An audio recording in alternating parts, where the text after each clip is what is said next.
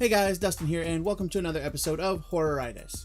So this week we're talking about the movie Happy Death Day from 2017. So as usual, I'm going to give you a quick rundown of what the movie's about, and then we'll go into some deeper detail, and I'll give you some spoilers as well. So if you haven't seen this, go check it out, because like I said, there will be spoilers, and you have been warned. The movie opens with a girl named Tree waking up in an unfamiliar dorm room. We see her rush off, and we learn that it's her birthday and she's generally a crappy person. She's part of one of those stuck-up sororities, and she's pretty mean to just about everybody she interacts with. So that night, she decides she's going to go to a party. On her way to the party, she gets murdered. And then she wakes up on her birthday again in the same unfamiliar dorm room. Thinking she dreamed the whole thing, she went through her day, everything is the same, and then once again, she gets murdered, only in a slightly different way. So the next day she wakes up, and boom, everything all over again, and there you have it, it's a horror version of Bill Murray's Groundhog Day. Now, from a premise such as this, you wouldn't think that there'd be a whole lot you could do with it, or a whole lot of places you could go, and honestly, I wasn't expecting a whole lot going in knowing what the movie was about, because, I mean, we already had Groundhog Day. What more could you do? And more than that, you had the movie, I think it was called Triangle, with the girl that was on the ship out in the middle of the ocean, and there was a time loop, and she had to keep being killed over and over again. And I figured this was kind of going to be the same thing, but in reality, it wasn't. Eventually, she decides that she's got to relive the day over and over again, get killed a bunch of times, and figure out who her killer is, because she thinks if she can find her killer and not die, then she'll be able to continue on with her life. So she basically makes a list and goes through everybody that she knows, everybody that she's made mad, which, by the way, is a lot of people, and she gets killed in a bunch of awesome different ways. She's stabbed a bunch of times. She's blown up once. She hangs herself at one point in time. I think she gets bashed in the head with a rock. And every day she wakes up and relives the day over and over and over again.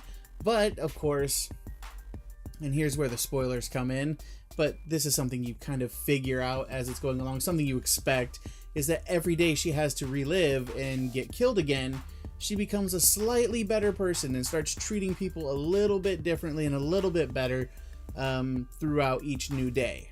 So, but then again, that's kind of what happened with Groundhog Day too, wasn't it? So it's the entire time you're drawing these parallels between the two movies, and you're not really, I don't know, you don't really expect a whole lot.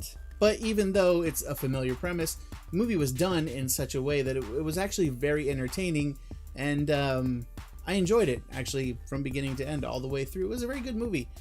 Some of the things that were really awesome, aside from, like, the multitude of kills, is, you know, she eventually hits that point that Bill Murray hit, actually, in Groundhog Day, where, you know, she just starts messing around and seeing what she can and can't do. Like, you know, one day she just decides to walk out of the dorm room naked and go through, you know, the courtyard, everybody staring at her, and she just smiles and waves. So this movie is basically a whodunit.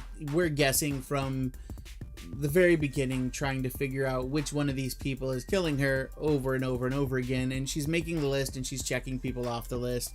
You know, there's an ex-boyfriend who she goes and stalks, and turns out that he's actually gay, so she's pretty sure he's not killing her. She's following people from her sorority house. At one point, she gets into a fight with one of her sorority sisters, and they're fighting in the street, and then they both get hit by a bus, which was kind of funny. At one point, she thinks it might be one of her teachers, who she's also having an affair with.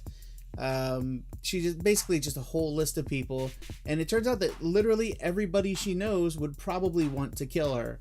Even though I gave a spoiler warning, I am not going to ruin the end. I'm not going to tell you who the actual killer is, but I will tell you that it was both surprising and unsurprising at the same time. Both me and my wife at one point had called this person, and then I had changed my mind later on, but I think my wife kept that one in mind, and turned out being right. That was who it was. But I'm not going to tell you who it was because I want you to go watch this movie, because this movie is amazingly entertaining, which, you know, for this type of movie, it's been done so many times that when you see one, you're just kind of like, I've already seen this movie. And, you know, you don't expect it to do well. And they very rarely succeed with a movie like this. But this one did it well. It accomplished what it needed to accomplish. And it was really fun to watch. And I would definitely recommend this movie to pretty much anybody. So that's my review for Happy Death Day. Do you agree? Let me know in the comments below. Also, be sure to like and subscribe and hit the bell icon to make sure you're notified every time I upload a new video. All my social media details are in the description box. I've also got some stuff coming up that I think you're probably going to like, so you want to stay up to date with what I'm doing. And that's about it. So, until next time, I'm Dustin, this was Horroritis, and as always, keep it creepy.